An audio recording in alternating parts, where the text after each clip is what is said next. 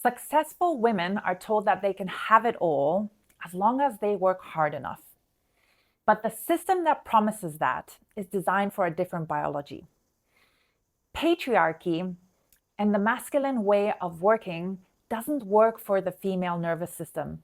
It takes away from our femininity and ultimately our health. But I'm not here to bash men.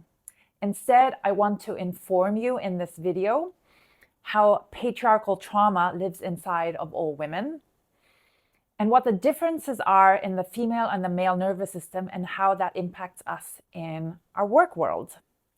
And once you understand how the female nervous system works, you can still have a meaningful career without abandoning your femininity or burning out. I'm Naomi Galinsky, and welcome to this channel. I'm a somatic experiencing practitioner and a somatic trauma therapist. I help high-functioning women reconnect to their bodies so that they can experience physical and emotional well-being and have the energy to live the life that they want. But this channel is also available for anyone who wants to understand their human experience through the lens of nervous system, trauma, inner child work, and transgenerational patterns. Let's dive into today's topic.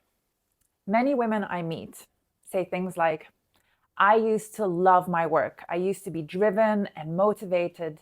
Now I'm exhausted and resentful. Or I'm capable, I'm organized, I have a good job, good income. I'm good at my job. I should be grateful and happy, but I'm miserable.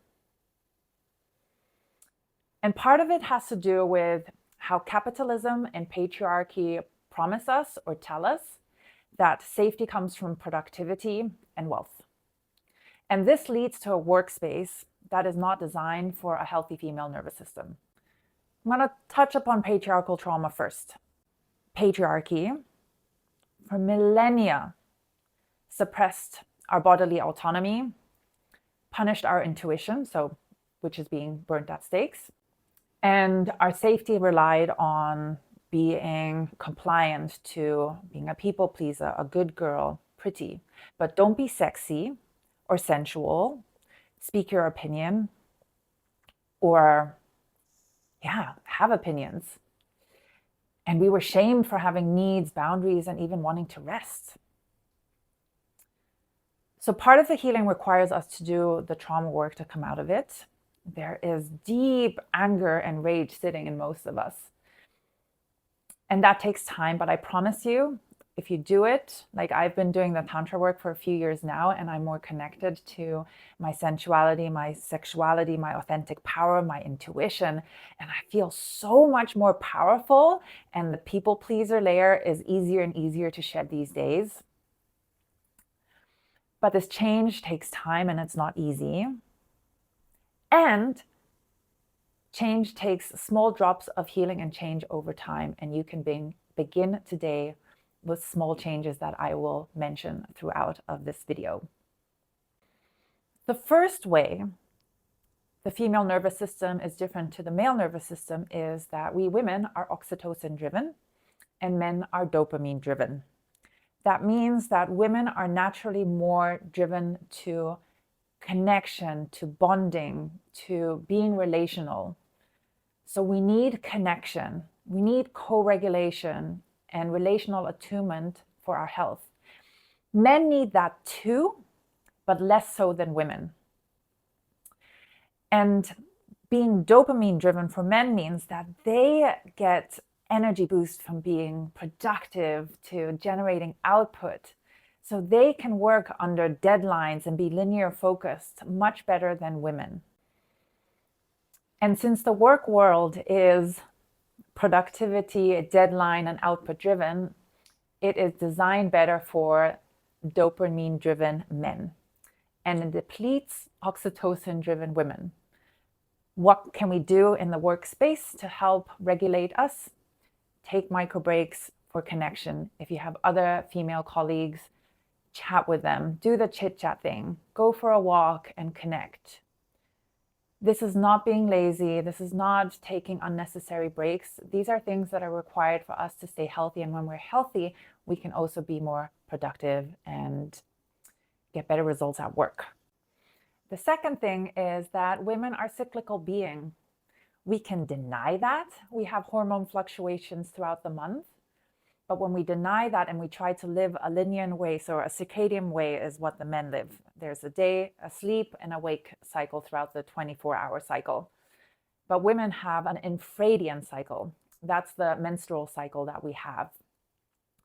And our hormones, our estrogen and our progesterone levels, how they fluctuate, they influence our energy levels, our mood, our ability to focus, our stamina to do exercises, and our ability to recover from them. These are real biological, physiological effects. So, I'm not an expert on hormones, but I am a woman, and I have been tracking how my body changes over the last year with each cycle, and I see a pattern, and that pattern is in alignment with estrogen rising from bleeding until ovulation, and I have more energy, I'm more focused, I'm more driven. And then the second half of the cycle, estrogen dips, and I start getting more tired, and I have to do easier tasks until I start bleeding, and then goes up again.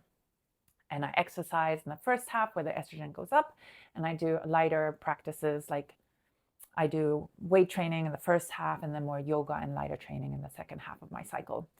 And if I ignore this and for example, exercise or try to be too productive in the second half of the cycle, it drains my energy and I feel worse and I get brain fog, my mood dips, I get stressed and anxious.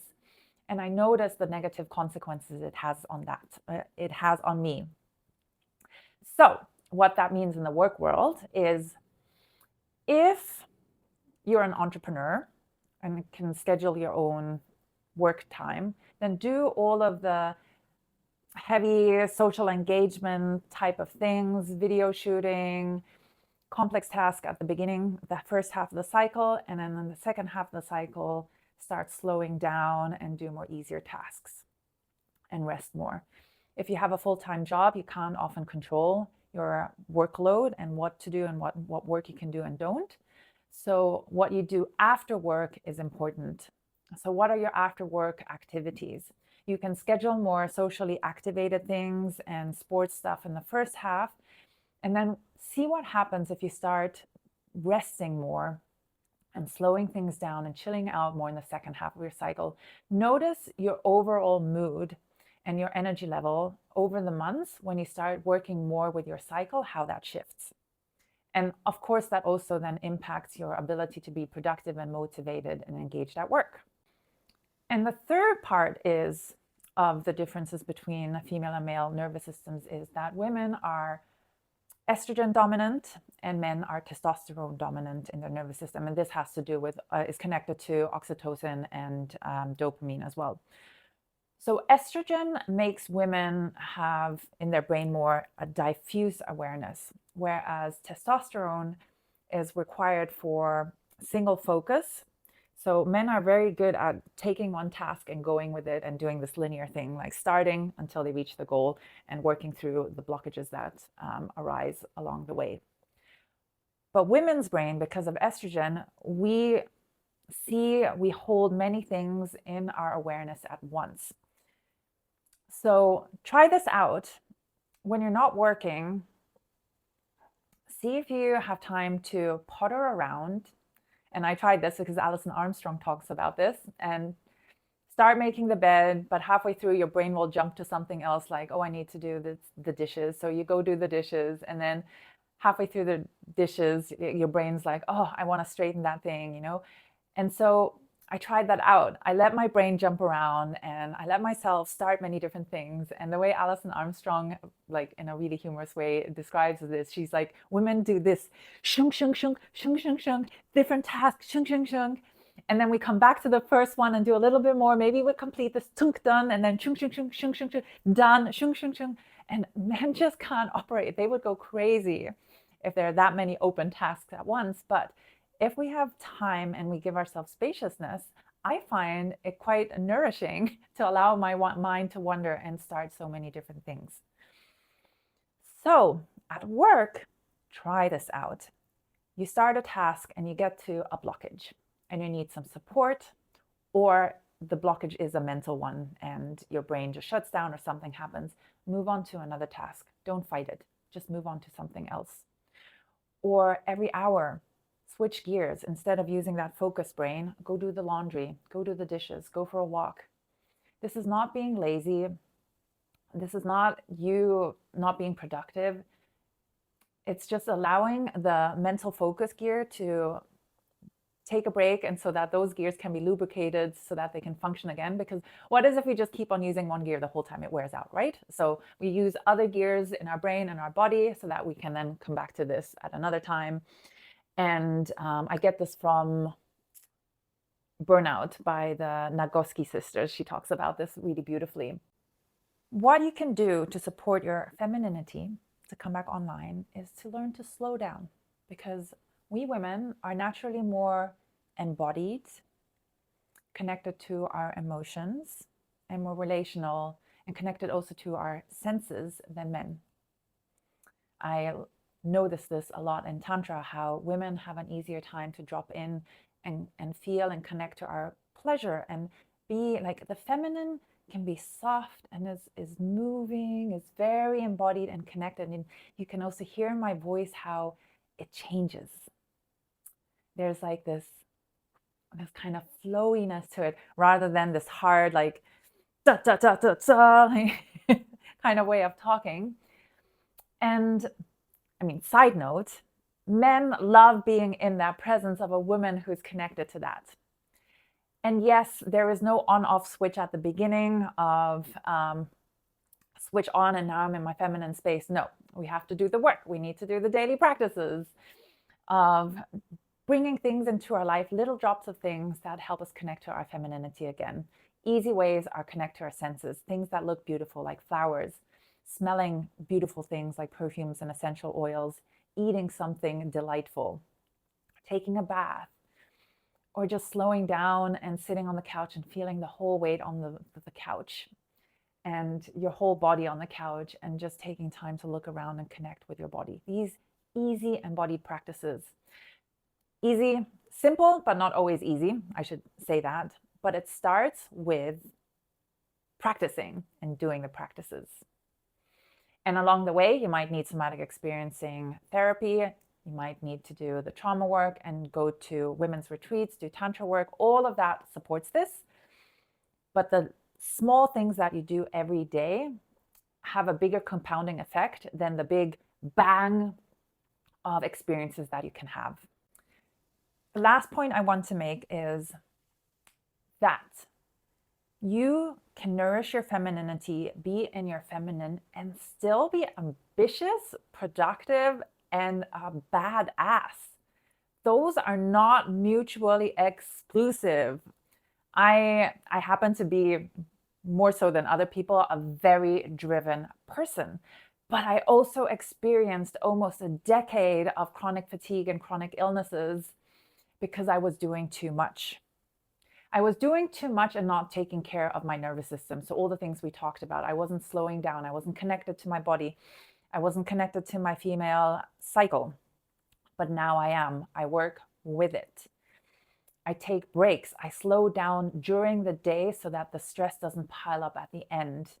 I notice when my body is starting to tell me that I need to slow down, or when I'm starting to override the stress signals, I don't override it for too long.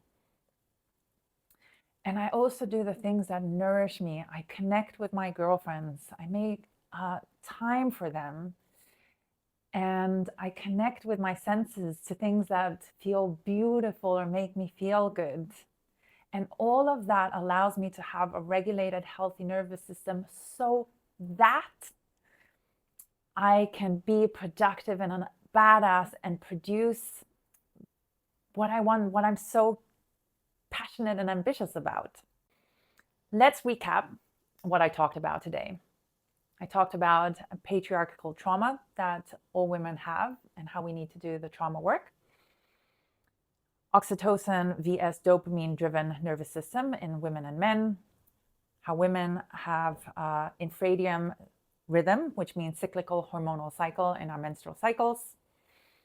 Estrogen versus testosterone dominance in women versus men.